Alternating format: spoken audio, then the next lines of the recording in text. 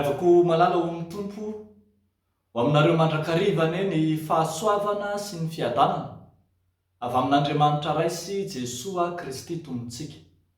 Amen. Ny tenim-pahefana. Ny tenim-pahefana. Zany no asongadiny mofinainantsika anio.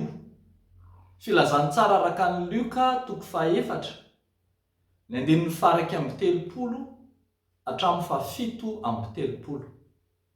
Ny tenim-pahefana. Eto amin'ity 4 ity dia hitantsika ilay Jesosy nanomboka ny asa tany Galilia, tany amin'ny faritry Galilia, tany amin'ny toerana somary lavitra ny renivohitra kokoa. Ary eto dia hitantsika fa tonga tany Kapernaomy Jesosy. Teo no nahitana fa misongadina i Jesosy tamin'ny fampianarana misy fahefana. Ny olona izay nihaino ny fampianaran Jesosy tao amin'ny synagoga rehefa mampianatra ny Sabata iny Jesosy, dia hoy ny fitantaran'ny LIOKA azy hoe dia talanjona ny olona tamin'ny fampianarany satria misy fahefana ny teniny.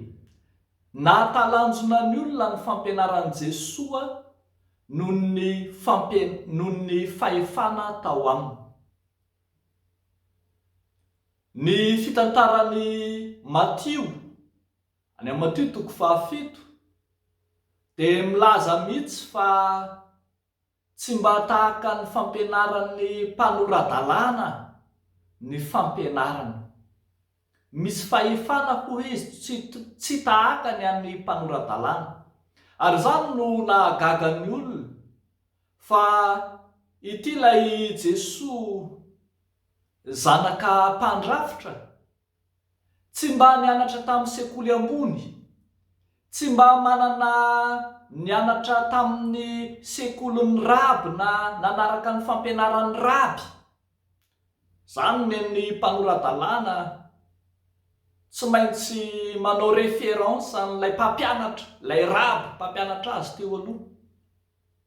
Fa rehefa jerena kosa ny fampianaran Jesosy dia tena mirakitra mpampianatra lehibe, toy izy tena mihitsy no référence alaina tahaka amin'ny maha-Andriamanitra azy. Fampianarana misy fahefana mampita ny herin'Andriamanitra. Zany no hitantsika ao. I Jesosy Kristy ilay mampianatra, Jesosy Kristy ilay miteny amin'ny fahefana, dia tsy ilay Jesosy Kristy toy ny mpitondra hafatra andrina, fa tena andrina mikabary mihitsy. Zany hoe tsy mpitondra hafatra fotsiny, fa tena izy mihitsy no hafatr'Andriamanitra, ary izy mihitsy no Andriamanitra miteny. Izany no mahamisy fahefana ny teniny. Tsy gaga tsika raha mahavita mandroaka ny fanahin'ny demonia ny tenin'i Jesosy rehefa hitantsika eto, fa tonga dia ny pararetra ny varahontsana ny demonia rehefa ny tenin'i Jesosy nandroaka ny fanahy maloto tamin'izay nanana ny demonia. Teny misy fahefana, teny mahery, teny mandroaka ny asany aiziny. Zay le tenim-pahefany Jesosy Kristy. Dia talanjona ny olona rehetra velom-pitenenana manao hoe manao ahoana izao teny izao, fa amin'ny fahefana sy ny hery no andidiny ny fanahy maloto dia mivoaka ireo. Ravako malala ho amin'ny tompo, mahery ny tenim-pahefan'i Jesosy.